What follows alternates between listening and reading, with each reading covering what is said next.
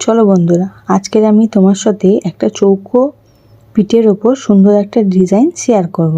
প্রথমেই আমি লাটকানটা আন্ডারগ্রাউন্ড সেলাই দেবো বলে পিঠের দু সাইডে মাপ নিয়ে নিচ্ছি এবং মেন কাপড় আর লাইলিনের মাঝখানে ওই দুটো রেখে দিচ্ছি, যাতে আমাদের লাটকানটা কাপড়ের ভিতর দিয়ে সেলাই হয়ে যায় আর ফিনিশিংটা খুব সুন্দর আসে। তোমরাও এইভাবে করে দেখো, দেখবে লাটকানটা যখন আন্ডারগ্রাউন্ড হয়ে যাবে, বাইরে দিয়ে যখন দেখা যাবে না, পিঠের ফিনিশিংটাও খুব সুন্দর হবে আর লাটকানের সেলাইটাও খুব মজবুত হবে।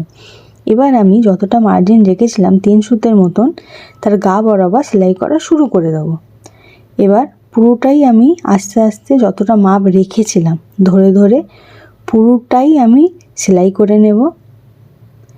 করে নেব যাতে, আর এটা খেয়াল রাখবো যাতে মেন ফেব্রিক আর লাইনিং কাপড় যেন সরে না যায়, দুটোই মাপ যেন একদম সমান থাকে। কারণ আমরা যে মাপে কেটে নিয়েছি সেটা ট্যাড়াবেঁকা হয়ে গেলে পরে আমাদের ফিনিশিং দিতে খুবই অসুবিধা হবে। এবার যখন আমাদের এটা পুরোটা সেলাই হয়ে গেছে, আমরা কি করব, চৌকোর যেহেতু দুটি কোণ হয়, কোণটা পুরো সুতোর গা বরাবর, সুতো না কিন্তু সুতোর গা বরাবর কেটে নেব এবং যে 3 সুত করে কাপড় রেখেছি আমরা, সেই কাপড়ে একটা করে কাট লাগিয়ে দেবো।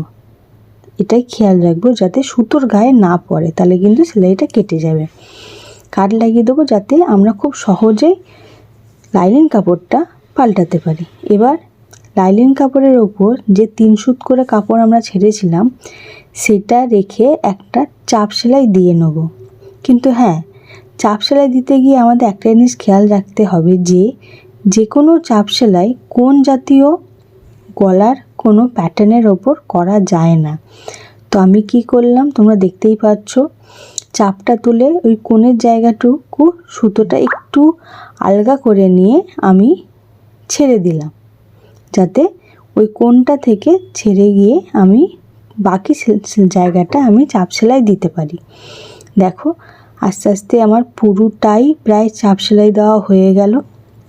চাপ সেলাই দেওয়ার পর আমি এবার আমার এই লাইনিং ফেব্রিকটা পুরোটাই উপরে করে নেব, পিছন দিকে করে। দেখতেই পাচ্ছ এখনই গলাটা কতটা ভালো লাগছে, আর লাটকানটা একদম দুটো কাপড়ের মাঝখানে চলে গেছে, পুরো ভিতরে ঢুকে গেছে। এক্সট্রা করে তোমার কোনো সেলাই করতে হবে না, পিঠের সাথে একদম অ্যাডজাস্ট হয়ে গেছে। দেখো পিঠটা খুব সুন্দরভাবেই বসে গেছে। আর আমি যেই কাপড়টা আর কি লাগাবো ওই চৌকো পিঠের ওখানে, সেই পাটটা আমি প্রথমে দুদিকটা ভালো করে মুড়ে নেব যাতে না সুতো বেরিয়ে যায়।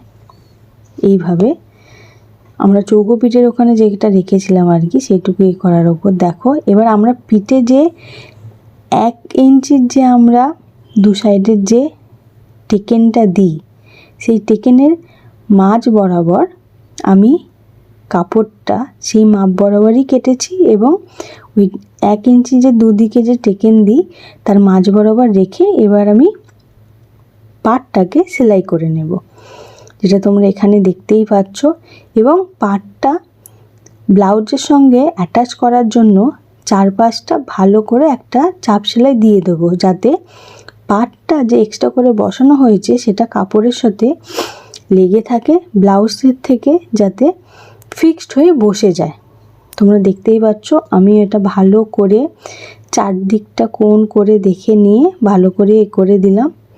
এইবারে আমি দু সাইডে যে আমরা পিঠের জন্য 1 ইঞ্চ করে টেকেন দিই সেটা মুড়ে এবার আমি টেকেন দিয়ে দেবো, যাতে আমাদের যে পাটটা বসিয়েছি পাটটা যাতে ভিতর দিকে চলে যায়, মানে আন্ডারগ্রাউন্ড হয়ে যায়, এবং খুলে বেরিয়ে আসা বা সাইড দিয়ে সুতো ওঠার কোনো প্রবলেমই আমাদের যাতে ফেস না করতে হয় ভবিষ্যতে।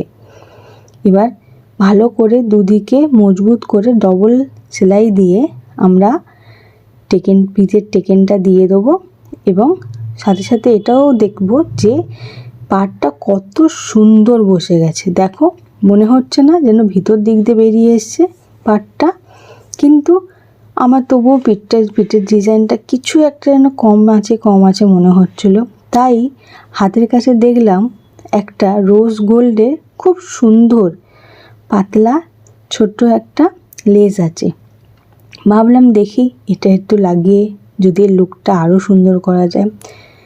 বলছি সত্যি বিশ্বাস করো, এই সরু একটি পাড় লাগানোর পর ব্লাউজের পিঠের ডিজাইনটা যেন আরও 10 গুণ বেড়ে গেল। একে তো পাড়টা লাগানোর পর সুন্দর লাগছিল, আরও সুন্দর হয়ে গেল।